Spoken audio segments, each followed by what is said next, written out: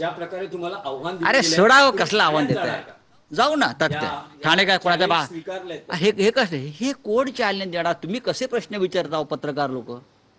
माझं अख्खं आयुष्य पत्रकारितेत गेलं. मी नसता असा प्रश्न विचारला कोणाला. फार तुम्ही तकलादू प्रश्न विचारता, असं वाटत नाही का? ठाण्यात जाणार का? अरे कोण हे लोक आहेत? मी काल रात्री ठाण्यात जाऊन आलो, माहिती आहे का? माझं काम होतं, मी आताही जाऊ शकतो आणि मी एकटा जातो. माझ्याबरोबर यांच्यासारखा गाड्यांचा ताफा, सरकारी पोलीस बंदोबस्त, हां, ते खिडकीतून बंदुका दाखवणारे असे असे त्यांचे ते, मग गाडी उघडायला उतरतात त्यांचे सगळे बॉडीगार्ड्स, हे आमच्याकडे नाही. मी शिवसेनेचा नेता आहे, मला माहिती आहे जय महाराष्ट्राची ताकद काय आहे ती.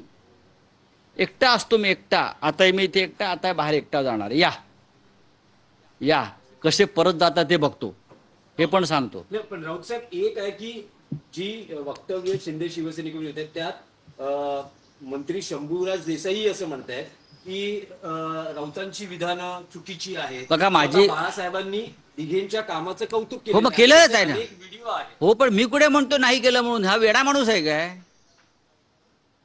मी उलट दिघे साहेबांचं अभिमानानं नेहमी गौरव करतो की इतका निष्ठावान नेता, जिल्हा प्रमुख असला तरी त्याला नेत्याचा मान होता. मी नेहमी म्हणतो हे. आणि त्यांच्यासारखा आदर्श जिल्हा प्रमुख राहावा असं बाळासाहेबांचं नेहमी म्हणणं असायचं. आणि जेव्हा जेव्हा आता मी त्या तुमच्या कोणते नाव काय कोणाचं घेतलं तुम्ही? मंत्री आहेत ना ते?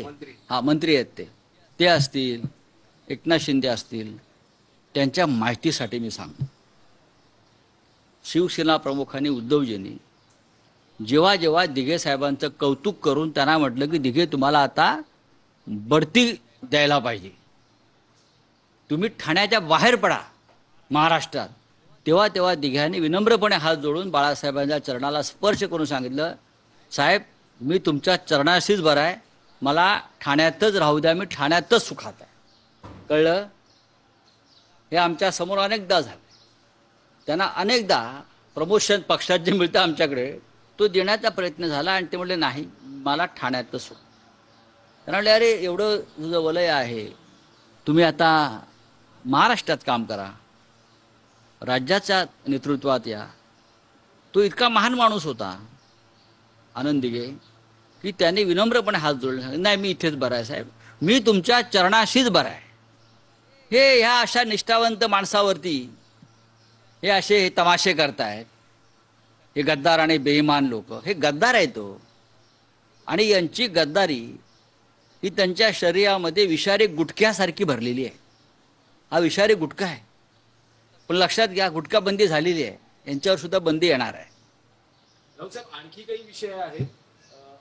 एक आता माहिती समोर येते आहे की जो बहुचर्चित बुलेट ट्रेन प्रकल्प आहे, ऑगस्ट 2027 पासून त्याचा पहिला टप्पा सुरू होतो. आज अधिकृतपणे त्याची घोषणा करण्यात आली.